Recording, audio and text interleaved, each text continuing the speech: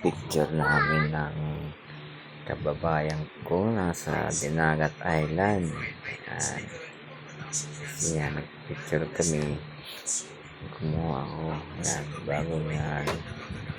Lalakad muna ako galing Mega Mall to Robinson Galleria. Ayan. Lalakad ko lang yan mga idol. Ayan.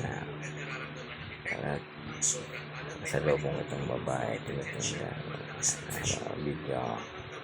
Tapos hindi ko na patatagalin pa mga idol. Ito na ako at papasok na sa entrance sa Robinson Mall.